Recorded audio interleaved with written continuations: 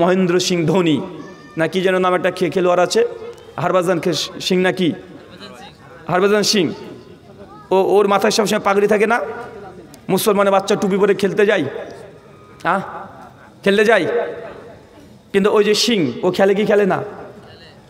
পৃথিবীর কোনো শিখকে দেখবেন সে যে জায়গাতে সে কর্মস্থল হোক না কেন, যে চাকরি করুক, ও যদি মিলিটারি হয়, ও যদি ডাক্তার হয়, ও যদি মাস্টার হয়, ও যদি ট্রাক লরি চালায়, তারপরে দেখবেন তার এক মুষ্টি দাঁড়িয়ে আছেই আছে, আর তার কখনো পাগড়ি সে খুলে ফেলে না। ও চাকরি করছে তারপরেও সেটা খুলে ফেলে না। মুসলমান যদি এখনই যদি চলে যায়, যদি মিলিটারি চাকরির জন্য যায়, রান প্রতিযোগিতা বলবে দাড়ি থাকলে তোমার চাকরি হবে না, মুসলমান তারা আগেই জানে যে দাড়ি থাকলে চাকরি হবে না, ও দাড়ি চেয়েছেই ও চাকরির জন্য লাইন দেয়, আছে না? কথা বলেন। ও ইন্টারভিউ দিতে গেলেও ভাবছে যে যদি দাড়ি থাকে তাহলে আমার আর চাকরি হবে না, ও বাড়িতে একদিন আগে দাড়িকে চেয়েছে, তারপরে ইন্টারভিউ দিতে যাচ্ছে। কেন? মুসলমান তার আদর্শের কাছে মাথা নত করেছে। এই জন্য গোটা বিশ্বজগতে মুসলিমরা কোনো জায়গাতে চাকরি করবে দাড়ি রেখে, এখন ইন্ডিয়াতে এটা অনুমোদিত নয়, কিন্তু এখন শিখ সে দাড়ি রেখে চাকরি করতে পারে কি পারে না? কেন বলেন তো? কারণ তাদের ছোট থেকে বড় পর্যন্ত সবাই তাদের এই সুন্নাতকে কেউ মিসইউজ করে না, কেউ ডিসএগ্রি করে না, সবাই এই সুন্নাতের উপরে মানে অকট্টভাবে কট্টরভাবে দাঁড়িয়ে আছে।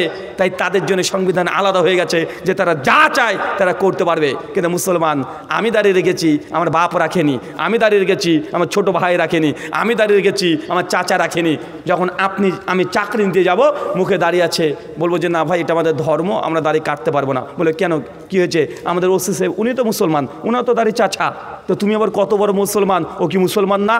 এই কথা বলে কি বলে না? কথা বলেন কেন?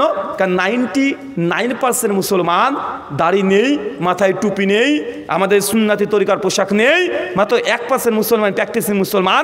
তার জন্যই ওই 99% মুসলমানকে দেখে 1% মুসলমানকে প্রেশার ক্রিয়েট করে যে তুমি দাড়ি রাখতে পারবে না, তুমি বোরখা পরতে পারবে না। এই জায়গায় আপনার মেয়ে স্কুলে যখন যাবে, গার্লস স্কুলে বোরখা পরে যাবে, ঝামেলা হচ্ছে, ঝামেলা হওয়ারই উচিত, ঝামেলা হওয়ারই উচিত, আপনার মেয়েকে ঢুকতে দেওয়া উচিত নয়। কারণ এটাই, কারণ 10-50 জন মুসলমানের মেয়ে ওই স্কুলে আছে, 2 জন বোরখা পড়ছে না ভাইজান, 48 জন বেপরদা যাচ্ছে। তখন ম্যাডামরা এমনি বলবে, আরে ও তো মুসলমান, ও তো নামাজ পড়ে, ও তো বোরখা পড়ে না, তোমাকে পড়তে হবে কেন? আপনাকে প্রশ্ন ছুড়ে দিবে।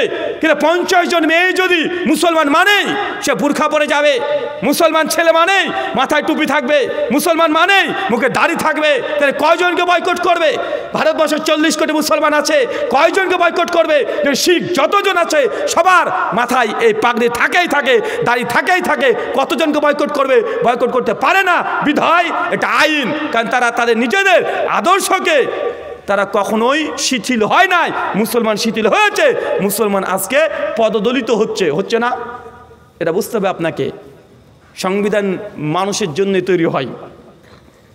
আপনি যখনই শিথিল হয়েছেন, আপনার পরে আযাব আসবে। আল্লাহ বলছেন তুসিবাম ফিতনা, যে জাতি আমার নবীর আদর্শকে লঙ্ঘন করবে সে জাতিকে আমি ফিতনাদের জর্জরিত করে দেব।